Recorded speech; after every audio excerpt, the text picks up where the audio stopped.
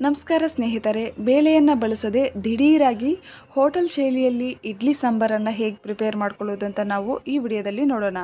ಬನ್ನಿ ಈಗ ಇಡ್ಲಿ ಸಾಂಬಾರನ್ನು ಯಾವ ಥರ ಪ್ರಿಪೇರ್ ಮಾಡ್ಕೊಳ್ಳೋದು ಅಂತ ನೋಡೋಣ. ಇಲ್ಲಿ ನಾನು ಇಡ್ಲಿ ಸಾಂಬಾರನ್ನು ಪ್ರಿಪೇರ್ ಮಾಡ್ಕೊಳ್ಳೋದಕ್ಕೆ 4 ಮೀಡಿಯಂ ಸೈಜ್ ಟೊಮೊಟೊ ಹಣ್ಣನ್ನು ಚೆನ್ನಾಗಿ ವಾಶ್ ಮಾಡಿ ಈ ಥರ ಕಟ್ ಮಾಡಿಕೊಂಡು ಕುಕ್ಕರ್ನಲ್ಲಿ ಸೇರಿಸಿ, ಹಾಗೆ ಒಂದು ಈರುಳ್ಳಿಯನ್ನು ಈ ಥರ ಸಣ್ಣದಾಗಿ ಕಟ್ ಮಾಡಿರುವಂಥದ್ದು, ಅರ್ಧ ಬೆಳ್ಳುಳ್ಳಿ ಗಡ್ಡೆ ಸಿಪ್ಪೆ ತೆಗೆದು ಸೇರಿಸ್ತಾ ಇದ್ದೀನಿ. ಹಾಗೆ 4 ಹಸಿಮೆಣಸಿನಕಾಯಿ ನಿಮ್ಮ ಖಾರಕ್ಕೆ ಅನುಗುಣವಾಗಿ ಸೇರಿಸಿ ಬೇಯುವುದಕ್ಕೆ ನೀರು, ಹಾಗೆ ರುಚಿಗೆ ತಕ್ಕಷ್ಟು ಉಪ್ಪು, 1/4 ಟೀ ಸ್ಪೂನ್ ಆಗುವಷ್ಟು ಅರಸಿನ, 1 ಟೇಬಲ್ ಸ್ಪೂನ್ ಆಗುವಷ್ಟು ಸಾಂಬಾರ್ ಪೌಡರನ್ನು ಸೇರಿಸಿ ಕುಕ್ಕರ್ ಲಿಡ್ ಇಟ್ಟು ಕ್ಲೋಸ್ ಮಾಡೋಣ. ಇದರಲ್ಲಿ ನಾವು ಬೇಳೆಯನ್ನು ಸೇರಿಸುವಷ್ಟಿಲ್ಲ, ಬೇಳೆ ಬದಲು ನಾವು ಒಂದು ವಸ್ತುವನ್ನು ಸೇರಿಸಬೇಕಾಗತ್ತೆ. ಅದೇನು ಅಂತ ನಾವು ಮುಂದೆ ನೋಡೋಣ. ನೋಡಿ, ಕರೆಕ್ಟಾಗಿ 1 ವಿಸಿಲ್ ಕೂಗಿಸ್ಕೋಬೇಕಾಗತ್ತೆ. ಟೊಮೊಟೊ ಬೇಗ ಬೆಂದೋಗುತ್ತೆ, ಹಾಗಾಗಿ 1 ವಿಸಿಲ್ ಕೂಗಿಸ್ಕೊಂಡು ಕಂಪ್ಲೀಟಾಗಿ ತಣ್ಣಗಾದ್ಮೇಲೆ ಈಗ ಓಪನ್ ಮಾಡಿ ನೋಡೋಣ. ನೋಡಿ, ಟೊಮೊಟೊ ಎಲ್ಲ ತುಂಬ ಚೆನ್ನಾಗಿ ಬೆಂದಿದೆ. ಈಗ ಇದನ್ನು ನಾವು ಸ್ಟ್ರೈನ್ ಮಾಡ್ಕೊಳ್ಳೋಣ.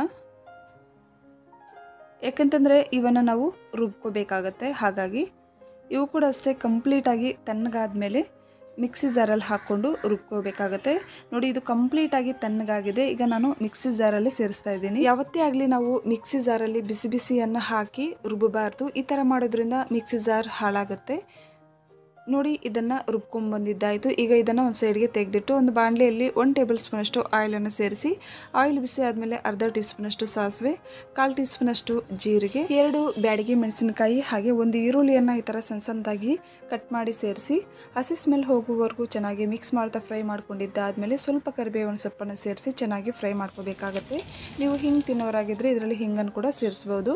ಒಗ್ಗರಣೆ ರೆಡಿ ಆದಮೇಲೆ ಇದರಲ್ಲಿ ರುಬ್ಕೊಂಡಿರುವಂಥದ್ದನ್ನು ಸೇರಿಸಿ, ಹಾಗೆ 1 ಚಿಟಿಕೆಯಷ್ಟು ಅರಿಶಿನ, ಅರ್ಧ ಟೀ ಸ್ಪೂನಷ್ಟು ಸಾಂಬಾರ್ ಪೌಡರ್, ಅರ್ಧ ಟೀ ಸ್ಪೂನಷ್ಟು ಖಾರದ ಪುಡಿಯನ್ನು ಸೇರಿಸಿ ಒಮ್ಮೆ ಚೆನ್ನಾಗಿ ಮಿಕ್ಸ್ ಮಾಡ್ಕೋಬೇಕಾಗತ್ತೆ.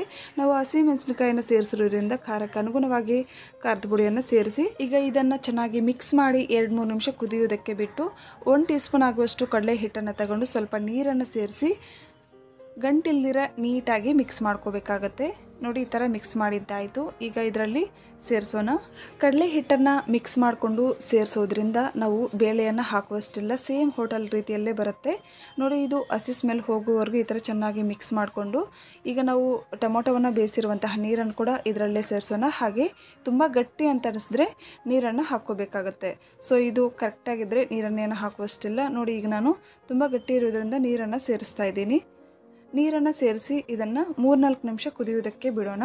ನೋಡಿ, ಕರೆಕ್ಟಾಗಿ 3-4 ನಿಮಿಷ ಆದಮೇಲೆ ಸಾಂಬಾರು ಚೆನ್ನಾಗಿ ಕುದೀತಾ ಇದೆ, ಹಾಗೆ ಒಳ್ಳೆ ಘಮ ಕೂಡ ಬರ್ತಾ ಇದೆ. ಈಗ ಇದನ್ನು ಒಮ್ಮೆ ಮಿಕ್ಸ್ ಮಾಡಿಕೊಂಡು ಫೈನಲ್ ಆಗಿ ನಾವು ಸ್ವಲ್ಪ ಬೆಲ್ಲ ತುರಿಯನ್ನು ಸೇರಿಸಿ ಒಮ್ಮೆ ಚೆನ್ನಾಗಿ ಮಿಕ್ಸ್ ಮಾಡಿಕೊಂಡು ಹಾಗೆ ಸ್ವಲ್ಪ ಕೊತ್ತಂಬರಿ ಸೊಪ್ಪನ್ನು ಸೇರಿಸಿ ಸರ್ವ್ ಮಾಡ್ಕೋಬೋದು.